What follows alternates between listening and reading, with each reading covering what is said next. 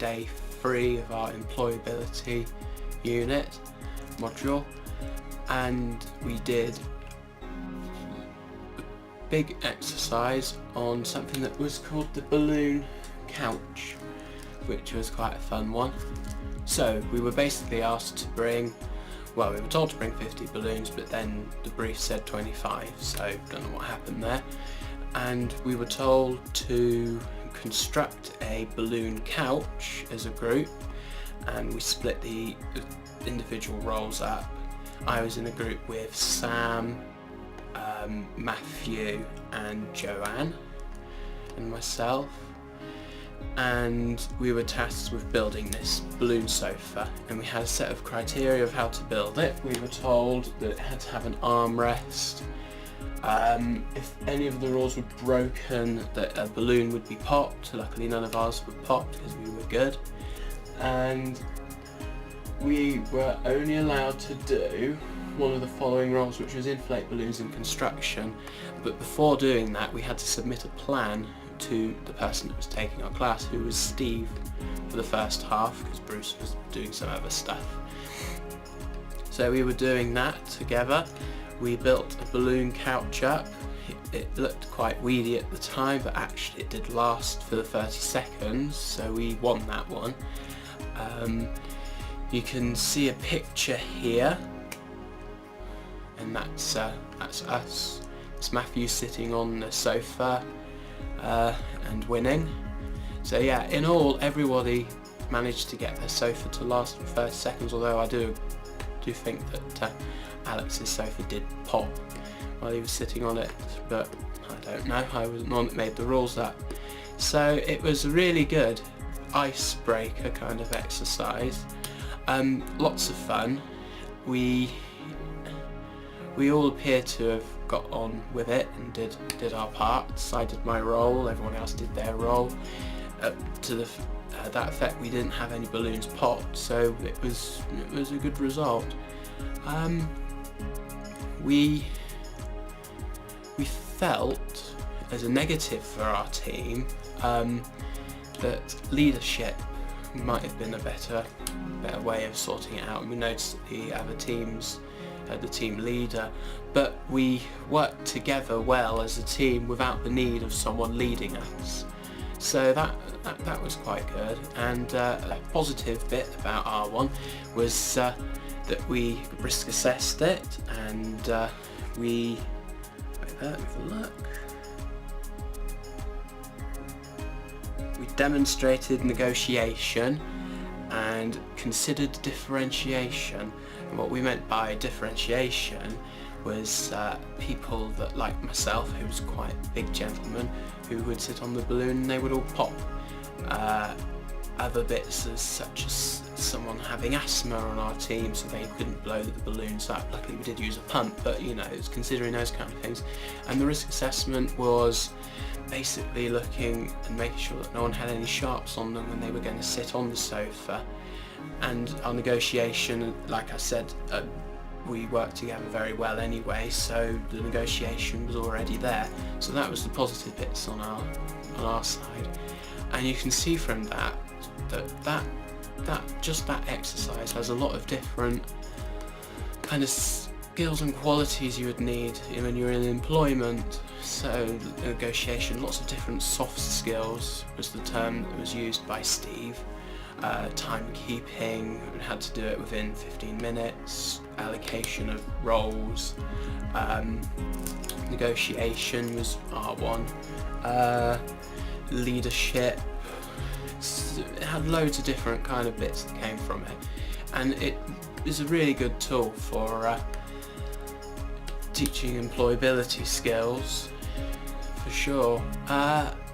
For me and my learners, I don't know if I could do it with my learners, but with the learners that I have where I work elsewhere, in a place called Chicago House, employability skills, we're teaching them then because they're coming up to 16, and that kind of activity would be quite fun, I would imagine, although unfortunately they work on a more one-to-one, so it'd be quite difficult to try and incorporate that in a group because they don't work particularly well in a group. I know some of you would think that that's an employability skill in itself, but I think because they're residential, they see each other too much anyway, so it's like, you know, brother and brother, they just don't like each other that much.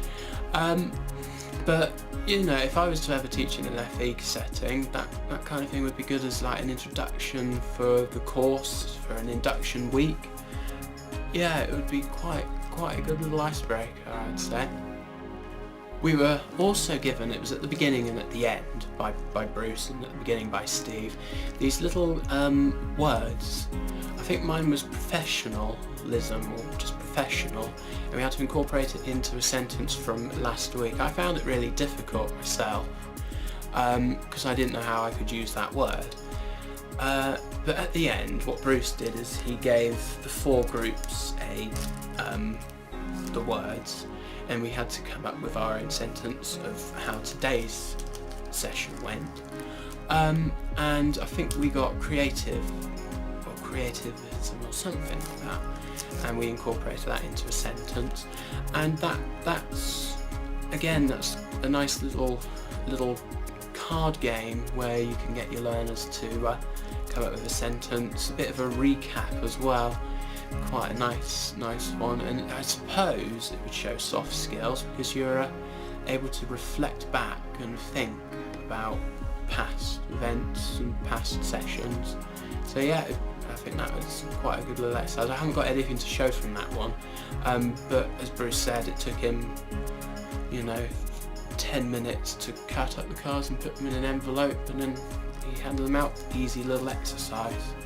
So, as one of the last activities we did today, we did the Dress for Success game, and we were basically 4 people were given a role. But Bruce asked for 2 people that were very confident in themselves. He gave them a piece of paper. 2 people that weren't as confident in themselves, and gave them a piece of paper, and they had to go out. And then we were given the brief, which was we were basically going to be having a mock-up of a GMTV event about employability, and we had to set it up like with an audience and a kind of panel desk. I kind of suggested that we do it like question time kind of thing, where they've got the desk and then you've got the people in a circle around close to them. So we kind of went with that as the group. And we were given individual roles as well. Mine was a bank manager. Let me have a look. Yes, I was a bank manager. And supposedly I believe it's important to set standards in every aspect of everyday life. Dressing accordingly to that is important for being a bank worker, according to this bank manager. And that clothes set the standard. So from that, I didn't really know until what we would be talking about, but then it became clear that it was basically an employee, an employer, and the employee hadn't been wearing the proper clothes for her job, and the employer was basically stacking her for it, saying, you know, that was part of your role, that you had to wear those kind of clothes and had to dress appropriately and smartly. And then I think there were 9 of us as a group, we all had our individual role as well. So I think Kath was kind of a student, so she didn't, in her brief, I'd imagine it said that she felt that clothes doesn't set the standard, that clothes doesn't matter, it doesn't make you who you are, whereas mine was, you know, you need to wear them to set yourself a standard and, you know, discipline, I would imagine. So we had to argue our case to the panel of it was Joe, Lisa and Emma. Emma was the host, Lisa was the employee that got sacked, and Joe was the employer.